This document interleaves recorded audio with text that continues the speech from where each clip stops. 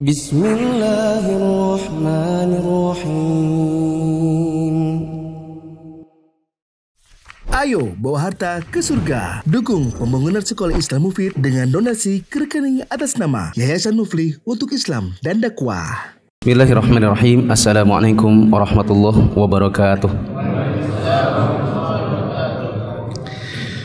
Alhamdulillahirabbil alamin wassalatu wassalamu ala asyrafil anbiya'i wal mursalin wa ala alihi wa ashabihi wa man tabi'ahum bi ihsanin ila yaumiddin. Hadirin jamaah yang dirahmati Allah, kita bersyukur kepada Allah pada hari ini kita bisa kembali bertemu di dalam kajian mulia dengan manhaj salaf. Kurang lebih 3 minggu atau 4 minggu kita tidak ada pertemuan karena Sabtu malam asatidzah yang lain juga masing-masing ada jadwal, dan yang tidak ada jadwal sebagiannya ada uzur sesuatu dan lain hal tidak bisa menggantikan, sehingga ternyata tidak gampang cari pengganti untuk hari Sabtu, sehingga ya kita terpaksa libur kurang lebih 3 atau 4 minggu kemarin. Pada kesempatan hari ini insyaallah kita akan lanjutkan kembali pembahasan prinsip dakwah manhaj salaf, dan sekarang ada di pembahasan tentang larangan berbuat bid'ah, yaitu sub bab bahwa di dalam manhaj salaf salah satu prinsip dakwahnya adalah mengajak kaum muslimin meninggalkan kebid'ahan. Yang ini sudah banyak ditinggalkan oleh dakwah-dakwah yang selain dakwah salaf. Bahkan sebagian dari mereka banyak yang mengatakan sebaiknya jangan membahas masalah bid'ah, karena kalau kita bicara bid'ah nanti akan menyinggung masyarakat. Jangan bicara bid'ah karena nanti akan menimbulkan perpecahan. Ini menurut sebagian dai, sehingga kita tidak mengenal di kalangan mereka pengingkaran terhadap bid'ah kecuali bid'ah umum saja, seperti bid'ahnya Syiah ya, atau bid'ahnya Khawarij. Ya, adapun bid'ah yang memang lekat di masyarakat dan sangat membudaya dalam kehidupan masyarakat sehari-hari, mereka tidak ingin mengingkarinya, bahkan lebih condong mentoleransinya. Sementara toleransi itu ada tempat-tempatnya. Ada sesuatu yang bisa ditoleransi, ada yang tidak. Sebagaimana perbedaan dalam masalah agama itu ada yang mu'tabar, ada yang ghairu mu'tabar. Ada yang diakui sebagai perselisihan yang masing-masing memiliki dalil, dan ada yang tidak.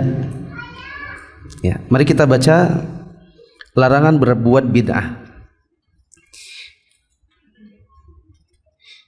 Larangan berbuat bid'ah ada di halaman 306 di cetakan lama, di cetakan baru halaman 327. Larangan berbuat bid'ah di dalam Islam itu ditunjukkan dengan berbagai dalil. Kita pilihkan sebagian saja, tidak usah semuanya. Dalil dari Al-Qur'anul Karim, misalnya di dalam surat Al-Maidah ayat 3. Allah Subhanahu wa taala berfirman, "Al-yauma akmaltu lakum dinakum wa atmamtu 'alaikum ni'mati wa raditu lakumul Islama dinan." Pada hari ini telah aku sempurnakan untukmu agamamu, dan telah aku cukupkan kepadamu nikmatku, dan telah aku ridhoi Islam sebagai agama bagimu. Di bagian mana dari ayat ini yang menunjukkan kita dilarang berbuat bid'ah? Pada penggalan firman Allah, akmaltu lakum dinakum, aku telah sempurnakan untukmu agamamu. Ini menunjukkan bahwa Islam itu sudah sempurna, maka tidak butuh lagi yang namanya penambahan. Dan penambahan itu disebut dengan bid'ah, baik yang sifatnya modifikasi maupun yang sifatnya murni inovasi. Teman-teman masih ingat istilahnya? Kalau modifikasi itu apa bahasa Arabnya? Atau istilahnya dalam pembahasan kita yang terdahulu? Hasil memodifikasi ibadah itu namanya bid'ah idhafiyah. Sedangkan yang murni inovasi, tidak ada dasar sama sekali, dibuat sendiri, itu namanya bid'ah hakikiyah. Islam ini sudah sempurna. Karena sudah sempurna, maka kita tidak boleh lagi memodifikasi atau berinovasi. Dan memodifikasi agama atau berinovasi di dalamnya itu disebut dengan bid'ah.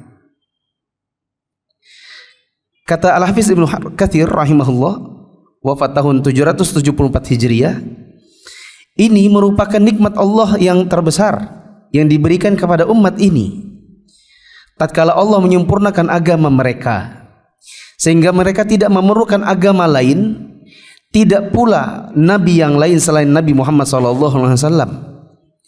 Allah Ta'ala menjadikan beliau sebagai penutup para nabi dan mengutusnya kepada seluruh manusia dan jin, sehingga tidak ada yang halal kecuali yang beliau halalkan, tidak ada yang haram kecuali yang beliau haramkan, tidak ada agama kecuali yang disyariatkannya. Semua yang dikabarkannya adalah hak, tidak ada kebohongan, tidak ada pertentangan, ya, sebagaimana yang disebutkan juga dalam firman Allah yang lain di surat Al-An'am ayat 115, wa tammat kalimatu rabbika sidqan wa adala, dan telah sempurna kalimat Rabbmu Al-Quran sebagai kalimat yang benar dan adil. Maksudnya adalah benar dalam kabar yang disampaikan, adil dalam seluruh perintah dan larangan.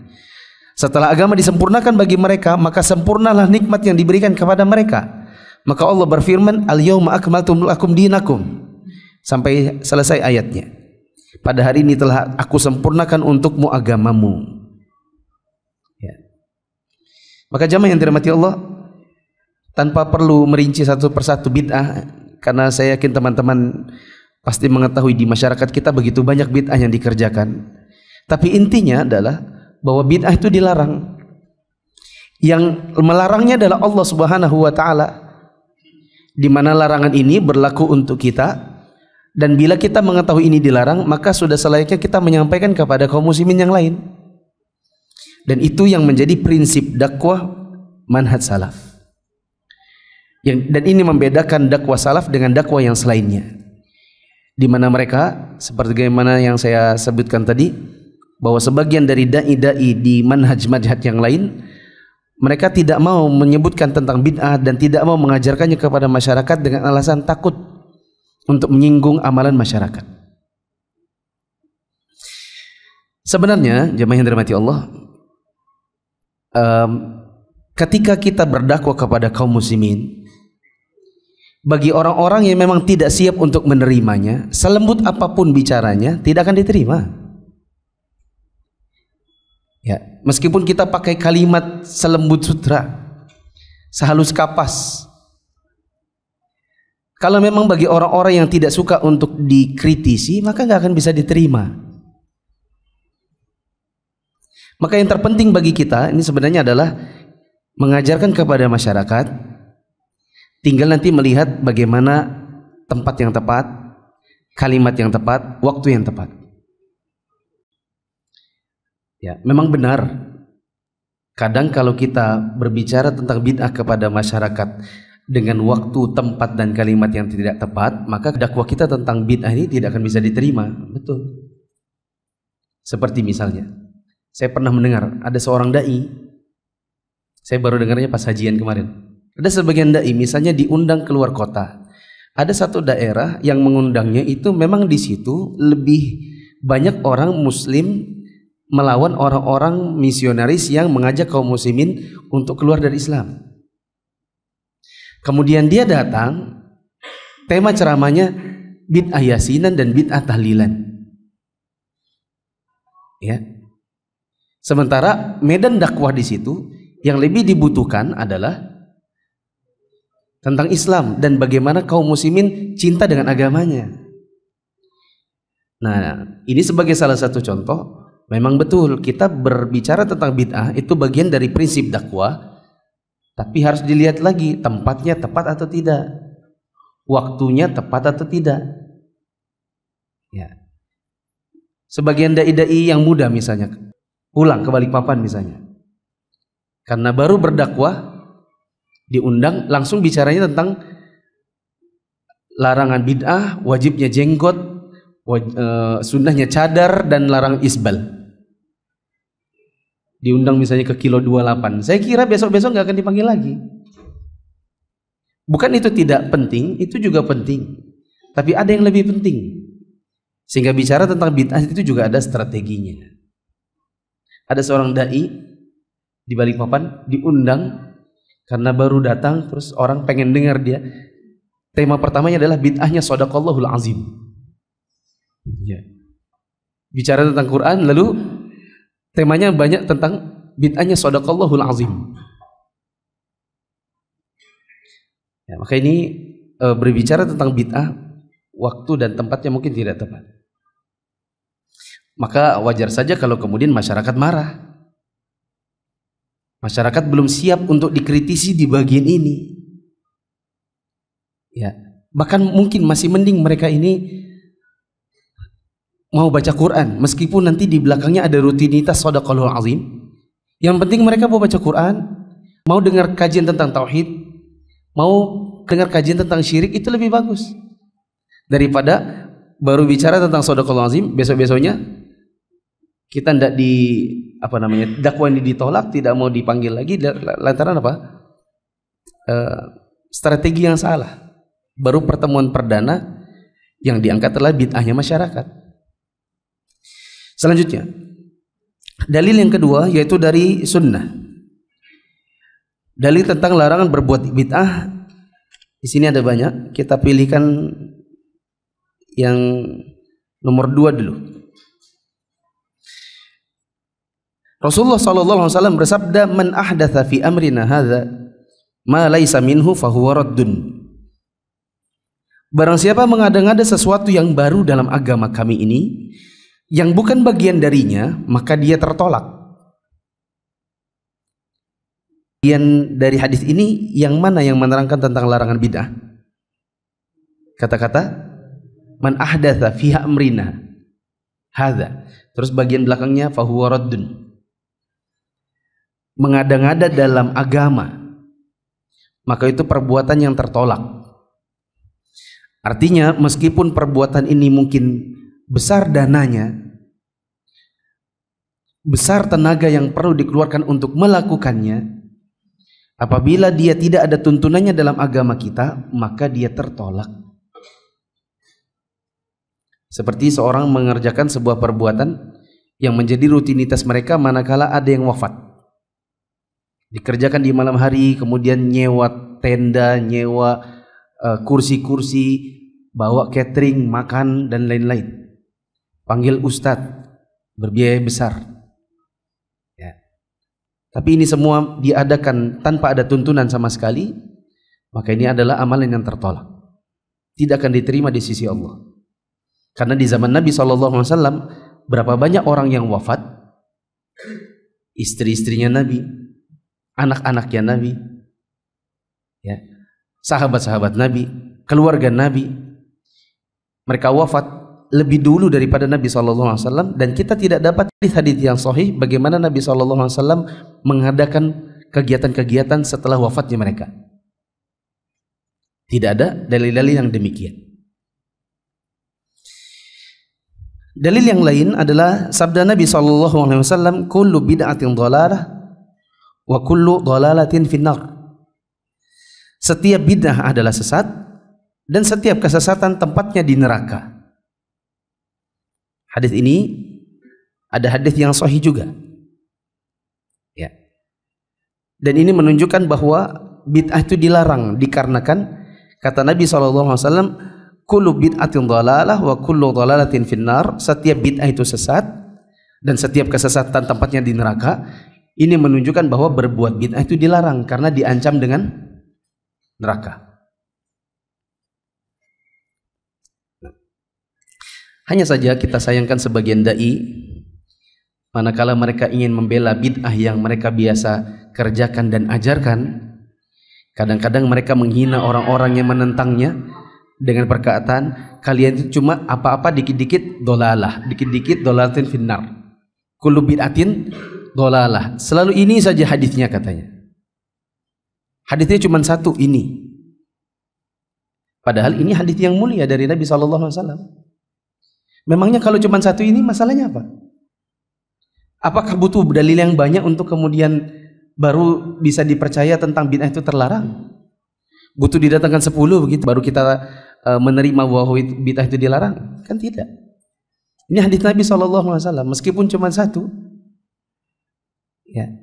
Kalau memang perbuatan yang dikerjakan di masyarakat itu tidak ada tuntunannya, maka memang harus ditolak. Dan saya katakan juga kita tidak boleh minder teman-teman. Ketika kita berdakwah kepada misalnya di kalangan terbatas, kepada keluarga, ayah ibu, teman dekat yang masih mengerjakan bid'ah, kemudian kita bilang kullu bid'atin dhalalah wa kullu dhalalatin finnar, kemudian dia hina, kamu dikit-dikit dalilnya cuman kullu bid'atin dhalalah, tidak ada dalil yang lain, maka kita tidak boleh merasa terhina dan tidak boleh minder. Kita bilang meskipun cuman ini yang saya hafal, ini dari Nabi SAW. Apakah kamu menolaknya hanya gara-gara cuma satu yang saya hafal? Ya. Kalau gitu kita balik lagi. Kalau gitu kamu mengerjakan amalan itu dalilmu apa? Coba datangkan banyak-banyak, jangan cuma satu.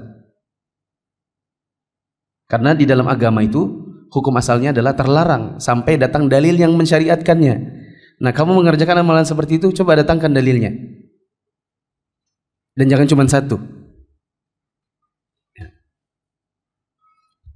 Dan kalaupun dia bisa datangkan satu saja, kalau memang ada tuntunannya, kita terima. Begitu. Misalnya seseorang mengerjakan, tadi saya contohkan, setelah ada kematian, lalu orang kumpul-kumpul, bikin pengajian tertentu, undang ustaz tertentu, ada ritual tertentu. Coba datangkan satu saja. Perbuatan Nabi SAW misalnya setelah wafatnya Hamzah, setelah wafatnya Khadijah, setelah wafatnya anak-anaknya yang selain Fatimah. Coba mana? Datangkan dalilnya bahwa Nabi SAW mengadakan peringatan-peringatan atau perayaan seperti yang mereka kerjakan. Kalau ada satu saja, tidak usah banyak-banyak, kita terima. Kalau tidak ada, maka tolong diterima. Cuman satu ini, kullu bid'atin dhalalah. Teman-teman yang dirahmati Allah, nanti usahakan satu ayat yang surat Al-Maidah ayat 3. Kemudian man ahdatsa fi amrina hadza ma laysa minhu fa huwa raddun. Ya, kemudian kullu bid'atin dhalalah wa kullu dhalalatin finnar. Ini usahakan dihafal. Usahakan dihafal. Karena kadang-kadang orang itu bukan tidak mau terima, cuma mereka agak tidak rela menerima karena ketika kita sebutkan dalilnya kita cuma bicara dengan bahasa Indonesia. Sedangkan guru-guru mereka untuk membela bid'ahnya pakai kitab-kitab kuning. Ya atau tidak? Untuk membela bid'ahnya dan mengajarkan bid'ahnya, guru-guru mereka pakai kitab-kitab kuning. Bahkan sebagian ustadz-ustadz kita itu dihina. Guru-gurumu itu tidak ada yang bisa baca kitab. Maka dibuatlah satu channel hanya untuk mencari kesalahan-kesalahan ustadz-ustadz sunnah, mana yang pas baca kitabnya ada salahnya. Kemudian kita ketika mau mendakwahi tentang bid'ah ini, kita penggalan hadisnya yang pendek pun tidak hafal. Jadi orang susah terima juga. Seandainya kita hafal meskipun hanya penggalan-penggalan kecil, maka semoga ini bisa terasa lebih ilmiah dan lebih bisa diterima bagi orang, terutama yang memang awam. Kita harus lihat juga di masyarakat itu, ada yang murni awam, jadi dikasih tahu sedikit itu mudah terima. Ada yang memang sudah bawaan dari orang tuanya, dari guru-gurunya, zaman dia mondok dulu. Ya, jadi ketika kita dakwahi mereka, mungkin mereka sudah punya punya mindset begitu, sudah punya pola pikir. Tapi kita dapati di masyarakat banyak yang betul-betul awam, betul-betul awam. Tidak ada jubah, tidak ada jubah-jubah seperti itu, betul-betul awam. Dikasih tahu sedikit dia ngangguk, oh gitu saya baru tahu. Akan lebih ilmiah bagi mereka dan lebih mudah terima kalau kita hafal dalilnya. Coba hafalkan dalilnya 1 menit. Hafal tak?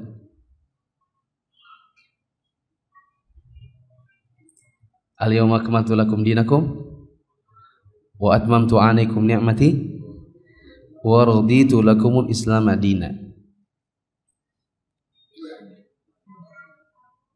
Dulu jemaah yang dirahmati Allah, saya tuh punya buku zaman-zaman awal belajar ya. Saya punya binder, tahu binder? Yang kalau dicetek tengahnya itu dibuka, nanti bisa dimasukin kertas bolong-bolong. Saya kadang kalau dapat satu dalil nulis. Nanti kapan, zaman dulu kan nggak ada WA, nggak ada apa ya, jadi nggak ada sama sekali godaan daripada HP gitu. Duduk di mana nanti baca ngafal. Dan itu mungkin sangat berbeda dengan kondisi penuntut ilmu di zaman sekarang, di mana zaman sekarang memang sulit melakukan hal yang seperti itu karena kita lebih banyak berinteraksi sekarang bukan dengan buku tetapi dengan handphone kita. Coba sekali lagi, al-yawma, terus akmaltu lakum dinakum wa atmamtu alaikum ni'mati wa raditu lakumul islam madina. Bagian yang ayat ini yang melarang bid'ah yang mana? Al-yawma akmaltu lakum dinakum. Nah, misalnya antum belum hafal depannya aja. Seandainya pun belum hafal ini ayatnya, antum ambil depannya saja. Lalu antum nanti pas dakwahin teman antum bilang al-yawma akmaltu lakum dinakum dan seterusnya, padahal memang belum hafal. Boleh kan? Ya, kita tidak boleh, akhi atau bro, kita tidak boleh itu bikin adat-adat begitu kita sangkut pautkan kepada agama.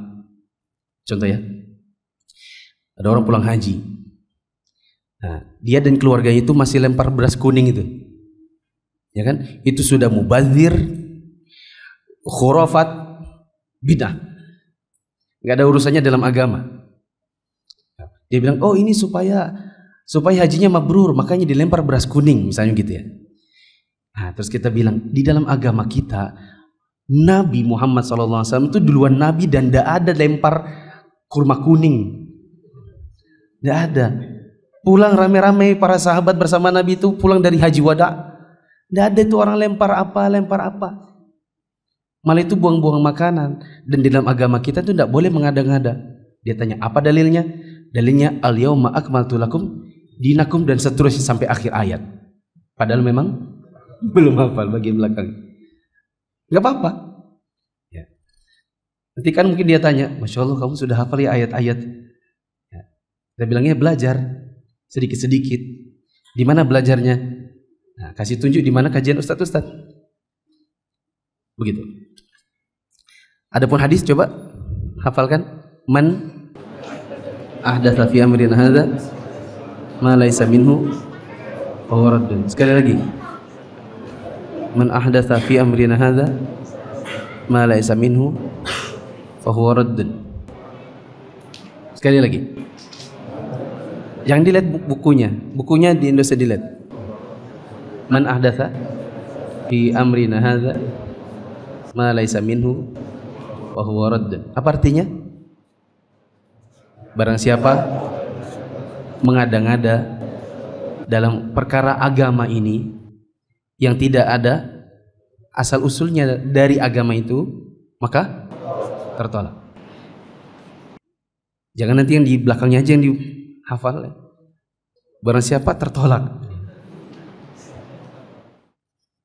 Ada riwayat yang mirip, yaitu man amila amalan laisa alaihi amruna fa huwa raddun. Selanjutnya dalil dari perkataan para sahabat. Seorang berkata kepada Ibnu Abbas radhiyallahu anhuma, berikan aku wasiat. Maka beliau mengatakan, alaika bi taqwallah wal istiqamati ittabi' wa la tabtadi'. Kata Ibnu Abbas, bertakwalah kepada Allah dan istiqamahlah. Ittabi' artinya ittiba'lah atau ikutilah sunnah Rasulullah sallallahu alaihi wasallam, wa la tabtadi' dan jangan berbuat bid'ah. Kalaupun kita tidak hafal seluruh kalimat Ibnu Abbas ini, mungkin paling tidak kita ambil bagian yang berkesesuaian dengan larangan bid'ah. Yang mana?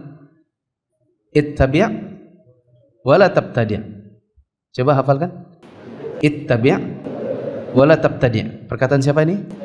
Ibnu Abbas. Apa artinya? Ikutilah sunnah, jangan mengada-ngada. Mengada-ngada itu bid'ah.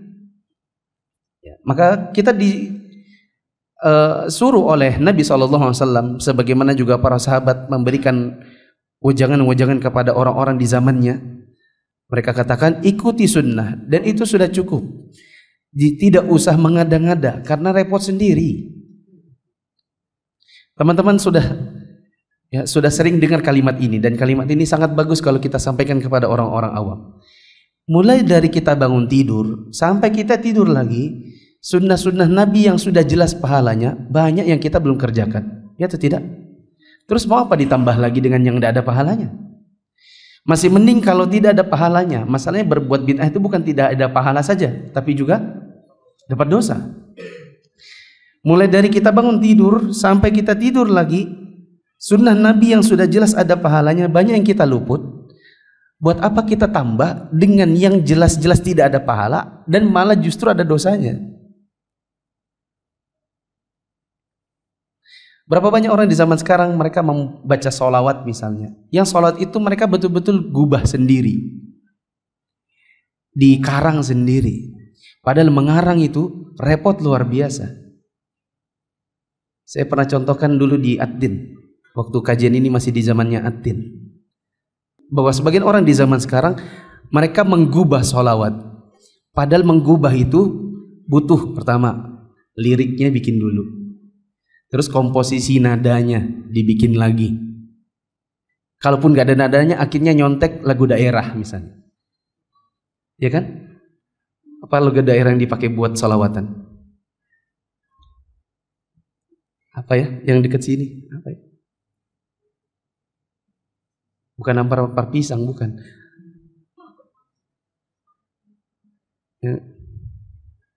Nah, sampai lupa juga saya. Padahal kan sholawat dari Nabi itu simpel saja. Allahumma sholli ala Muhammad wa ala ali Muhammad.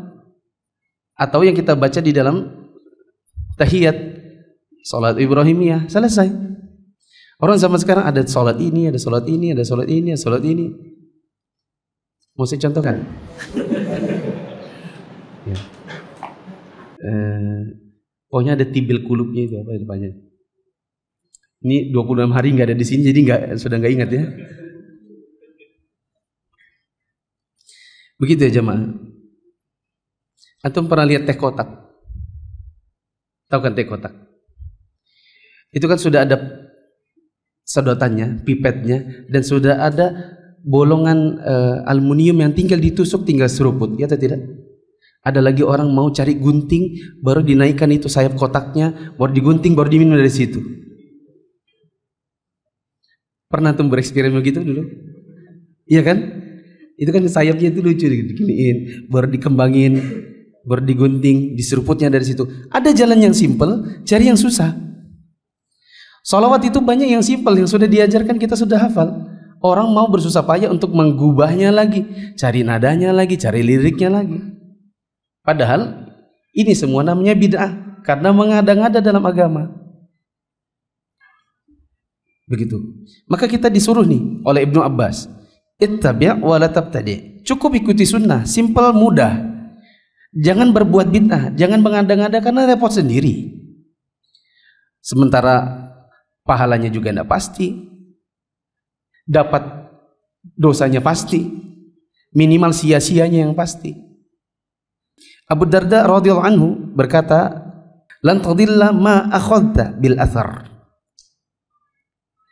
Engkau tidak akan pernah sesat selama engkau berpegang kepada athar. Athar di sini maksudnya adalah sunnah Rasulullah sallallahu alaihi wasallam. Jadi perkataan para sahabat diantaranya adalah kita tidak akan sesat kalau kita berpegang teguh kepada sunnah Nabi sallallahu alaihi wasallam.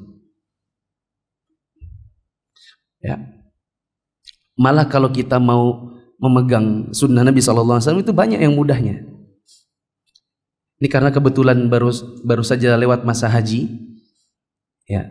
Jadi ini yang mungkin mudah untuk saya contohkan sekarang karena ini yang terlintas di kepala. Waktu di tenda Mina di hari Tarwiyah, saya kumpul sama jamaah. Saya bilang, hari ini kita kultum sebentar saja. Karena ini kita sudah mulai masa haji dan sudah mulai ibadah haji. Kita sudah mau mengikuti sunnah Nabi hari Tarwiyah. Saya cuma pesan sedikit kepada bapak-bapak. Semakin bapak-bapak banyak bertanya dalam haji ini, semakin mudah. Semakin tidak mau banyak tanya, semakin susah. Semakin bapak-bapak banyak menimba sunnah-sunnah Nabi, tanya-tanya kepada ustadz-ustadz yang mengerti tentangnya, semakin mudah haji ini. Semakin malas nanya, semakin diem-diem, semakin menerjemahkan manasik itu dengan versi sendiri, semakin susah. Karena di dalam sunnah Nabi banyak kemudahannya. Contoh, lempar jumroh di hari-hari Mina, hari-hari tasyrik, saat mabit 11, 12, 13 itu boleh dijamak takhir kalau memang ada uzur. Contoh, kita bawa nenek sudah kursi roda, jamaah-jamaah reguler yang memang datangnya rata-rata adalah setelah menunggu puluhan tahun, jadi usianya rata-rata 70, 80. Untuk mereka datang dari tenda mereka ke lempar jumroh itu 4 kilo, PP 8 kilo. Karena mereka tidak bisa mengerjakan sendiri, di antara kemudahannya bisa jamak takhir. Nanti di hari ke-13 kalau mereka nafar tsani, atau di hari ke-12 kalau mereka nafar awal, mereka sekali datang lempar 777 untuk hari tanggal 11. 777 untuk hari ke-12. Selesai. Datang sekali kali untuk lempar 2 kali. Oh bisa Ustaz? Itulah mudahnya sunnah Nabi. Kalau tidak bisa dengan cara jamak, artinya orangnya betul-betul tidak bisa datang karena memang misalnya sudah asam urat, sudah pokoknya tidak bisa lah, maka ini boleh dibadalkan, diwakilkan. Jadi nanti misalnya anak yang pergi, anaknya ini bawa 777 berarti berapa? Kali 3 orang, anaknya, bapaknya, mamanya, 63. Dia datang lempar 7 buat dirinya, 7 bapaknya, 7 mamanya. Pindah lagi lempar 7 buat dirinya, bapaknya, mamanya. Pindah lagi dirinya, bapaknya, mamanya. Pulang. Bapak mamanya tidak perlu lempar jumroh, sudah dibadalkan. Mudah kan? Oh baru tahu. Nah, semakin Anda banyak tanya tentang sunnah Nabi, semakin mudah. Semakin gak banyak tanya, malah semakin susah sendiri.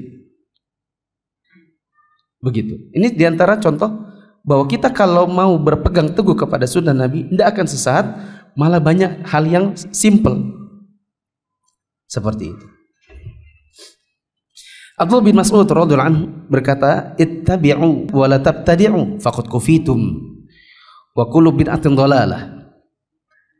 Kata beliau, "Ittabi'u wa la tabtadi'u." Hendaklah kalian mengikuti Nabi SAW atau ittiba' wala tabtadi'u, dan janganlah kalian berbuat bid'ah. Faqad kufitum, sesungguhnya kalian telah dicukupi dengan agama Islam ini. Tidak perlu ditambah, tidak usah dikurang, tidak usah modifikasi, tidak usah inovasi. Wa kullu bid'atin dhalalah, dan setiap bid'ah adalah kesesatan. Maksudnya adalah setiap dari kita ini sudah dicukupkan dengan agama Islam yang mudah, dan siapa yang berbuat bid'ah malah justru jadi sesat. Kata Ibnu Umar radhiyallahu anhuma, kullu bid'atin dhalalah wa in ra'ahan nasu hasanah. Coba teman-teman mencoba untuk menghafalkan ini, karena nanti asarnya Ibnu Umar ini ada hubungannya dengan kalau ada orang bilang iya bid'ah tapi hasanah. Pernah dengar? Sebagian orang bilang memang bid'ah, tapi kan bid'ah yang hasanah, bid'ah yang baik. Nah, perkataan ini bisa dibantah dengan asarnya Ibnu Umar ini. Coba dibaca sama-sama. Kullu bid'atin dhalalah wa in ra'ahan nasu hasanah. Apa katanya? Setiap bid'ah itu sesat meskipun orang memandangnya hasanah. Jadi kalau ada orang berkata, iya saya tahu itu bid'ah tapi kan bid'ah hasanah, maka kita jawab, justru Ibnu Umar berkata setiap bid'ah itu sesat meskipun ada yang bilang hasanah. Pintaran mana kita sekarang yang bilang hasanah, ataukah Ibnu Umar yang bilang setiap bid'ah itu sesat meskipun dipandang hasanah? Siapa yang lebih pintar? Kalau dia bilang pintaran kita, oh selesai sudah, kita bicara sama orang gila. Kalau dia bilang pintaran kita, ya, kalau kita debat sama orang misalnya atau diskusi sama teman, ini loh kata Ibnu Umar, setiap bid'ah itu sesat meskipun manusia memandangnya hasanah. Tadi kamu bilang bid'ah itu ada yang hasanah. Pintaran mana kita sama Ibnu Umar? Kalau dia jawab pintaran kita, selesai, tidak usah dilanjutkan diskusinya. Ya, mendingan kita bicara sama tembok. Ya, tembok dia terima apa adanya, dia tidak akan nolak. Bicara dengan orang seperti ini, yang ada hanya debat kusir nantinya, habis waktu.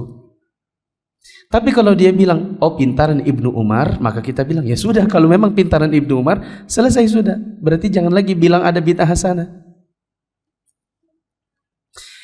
Dalil-dalil dari perkataan ulama salaf, di antaranya adalah perkataan Muhammad bin Sirin. Muhammad bin Sirin rahimahullah wafat tahun 110 Hijriah. Teman-teman bisa simak kisahnya ini di YouTube dan Facebook Muflis Fitra Official. Ada kajian judulnya The Amazing Tabi'in. Ada cerita kurang lebih 1 jam tentang Ibnu Sirin. Saya sarankan teman-teman bisa download versi audio, kemudian nanti misalnya di mobil atau di motor dengerin ceritanya. Ya, ini akan menjadi bahan-bahan dakwah yang sangat bagus. Karena biasanya orang awam itu sangat senang kalau dibawakan cerita-cerita yang amazing yang pernah terjadi di zaman tabi'in zaman dahulu. Dan amazingnya para tabi'in di zaman dahulu itu tidak ada yang kayak gini. Misalnya metikan jari langsung keluar duit, nggak ada yang kayak gitu. Oh si salaf yang ini atau ada seorang tabi'in itu kalau buka pintu tidak perlu kunci, tidak ada yang kayak seperti itu. Amazingnya mereka sesuatu yang kita bisa contoh di zaman sekarang tanpa bantuan jin. Sedangkan sebagian guru-guru dan ustadz-ustadz atau kiai-kiai di zaman sekarang, amazingnya mereka yang diceritakan oleh murid-muridnya itu yang amazingnya nggak bisa ditiru. Sayyid Fulan dari saya baru lihat tadi malam ya, ada video. Kata dai-nya ini telah diriwayatkan dari Sayyid Fulan bahwa Sayyid Fulan itu pernah melihat ada tali emas jatuh dari langit atau teruntai dari langit. Ketika dia menengadah, oh ternyata bapaknya Sayyid Fulan yang sedang menjulurkan dari langit itu rantai emas. Ya, kita mau bilang apa ya? Ngeramput gitu. Dan kalaupun ini sesuatu yang keluar biasa dari mereka, susah untuk diterima di zaman sekarang. Dan susah untuk ditiru oleh kaum muslimin. Ya, coba kalau amazingnya para tabi'in. Teman-teman simak sendiri aja ya. Amazingnya para tabi'in itu sesuatu yang betul-betul tidak ada khurafatnya. Ya, tidak ada khurafat-khurafatnya. Muhammad bin Sirin wafat tahun 110 Hijriah berkata, mereka para sahabat pernah mengatakan, jika ada seseorang berada di atas asar atau di atas sunnah, maka sesungguhnya ia berada di atas jalan yang lurus. Ayub As-Sikhtiyani rahimahullah pernah mengatakan, tidaklah bertambah kesungguhan pelaku bid'ah dalam bid'ahnya, melainkan justru akan bertambah jauh dari Allah Ta'ala. Ya, perhatikan ini. Tidaklah bertambah kesungguh-sungguhan pelaku bid'ah dalam mengerjakan bid'ahnya, melainkan justru akan menambah dia jauh dari Allah Ta'ala. Sebaliknya, tidaklah bersungguh-sungguh seseorang untuk mengerjakan sunnah, melainkan itu akan menambah dia lebih dekat kepada Allah Ta'ala. Imam Sufyan Ats-Tsauri rahimahullah mengatakan, al-bid'atu ahabbu ila iblis minal ma'siyah. Perbuatan bid'ah lebih dicintai oleh iblis daripada maksiat. Bid'ah itu lebih disukai oleh iblis daripada maksiat. Atau kalau kita berikan contoh, iblis lebih suka dengan perbuatan bid'ah daripada zina. Kenapa demikian? Kata beliau, wal ma'siyatu yutabu minha wal bid'atu la yutabu minha. Kenapa bid'ah itu lebih disukai oleh iblis daripada maksiat? Karena pelaku maksiat itu kalau dikasih tahu kamu maksiat, dia sadar. Dia tahu dia berdosa, maka dia mudah untuk bertaubat dari maksiatnya. Sedangkan pelaku bid'ah itu sulit untuk bertaubat dari kebid'ahannya dikarenakan mereka menganggap bahwa mereka ini sedang beribadah. Coba kalau kita bilang sama orang, tobat-tobat sudah dari nyembah kubur. Apa dia bilang? Kok saya disuruh tobat? Ya, sebagaimana orang bilang, itu Wahabi itu, masa kita disuruh tobat dari zikir? Padahal ini maksudnya ini zikir-zikir khusus berjamaah misalnya. Ya, mereka menolak karena mereka menganggap mereka sedang mengerjakan perbuatan yang berpahala, ibadah. Tapi kalau kita bicara dengan seorang pelacur misalnya, ya, kapan taubat mbak? Nanti kalau misalnya tiba-tiba mbaknya ini dalam keadaan posisi berzina lalu kemudian Allah cabut nyawanya, dia dikasih tahu seperti itu, dia masih mungkin bilang, ya itu mas, saya juga memang sangat pengen meninggalkan pekerjaan ini, tapi saya tuh tidak tahu saya bekerja di mana. Dia tahu bahwa dia berbuat salah, maka diajak bertaubat lebih mudah. Tapi kalau orang berbuat bid'ah, apalagi yang memang sudah kategorinya atau levelnya adalah ahlu bid'ah, ya, ketika disuruh untuk bertaubat dari perbuatan mereka, mereka malah menyangga dan berkata, kok kita disuruh taubat padahal kita sedang mengerjakan ibadah. Siapa itu ahlu bid'ah? Ada ciri-cirinya, tapi ini kayaknya waktu azan. Allahu Akbar, Allahu Akbar, Allahu Akbar, Allahu Akbar. Asyhadu an la ilaha illallah. Asyhadu an la ilaha illallah. Asyhadu anna Muhammadar Rasulullah.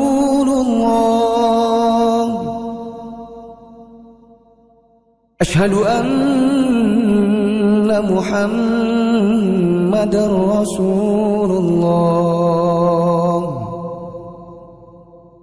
Hayya 'alas salah.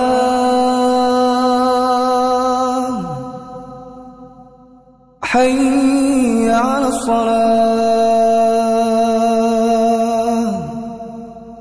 Hayya 'alal falah. Hayya 'alal falah. Allahu Akbar, Allahu Akbar. La ilaha illallah.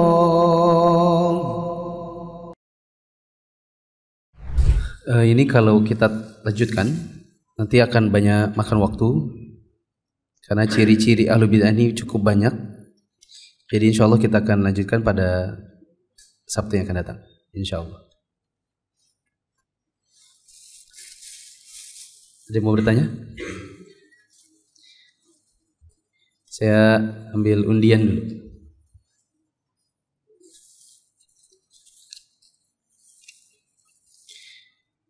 Ibu Mardiah, Balikpapan Regensi, nanti dapat apa ya? Voucher ya.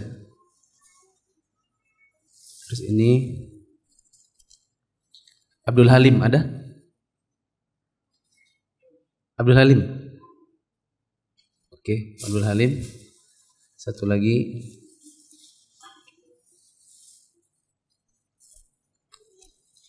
Panji Gumilang. Panji Gumelar. Ada Panji Gumelar? Tidak ada. Dibatalkan.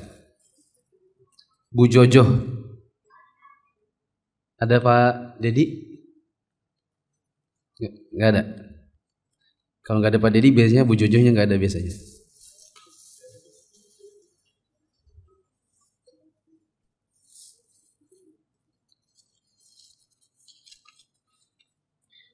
Weni Umudafa. Nanti setelah selesai kajian ketemu saya di depan. Ada yang bertanya teman-teman?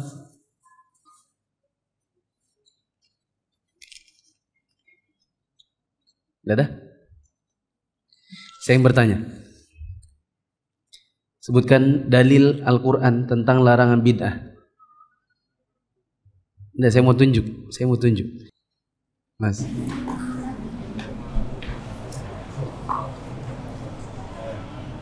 Al-yawma akmaltu lakum dinakum. wa atmamtu 'alaikum ni'mati wa raditu lakumul Islam dinan. Sebutkan yang dari hadis. Kullu bid'atin dhalalah wa kullu dhalalatin finnar. Yang dari asar sahabat.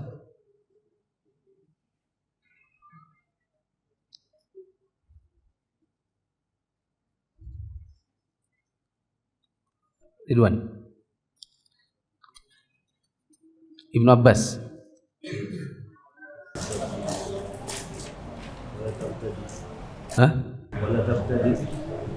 Wala tabtadi gitu aja. Agak-agak depan dikit lah. Ittabi'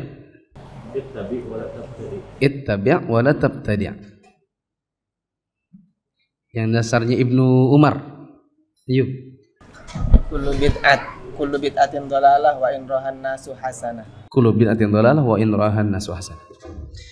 Teman-teman ada yang mau bertanya? Tidak ada? Demikian kurang lebihnya saya mohon maaf. Subhanakallahumma wa bihamdika asyhadu an la ilaha illa anta astaghfiruka wa atubu ilaik. Wassalamualaikum warahmatullahi wabarakatuh.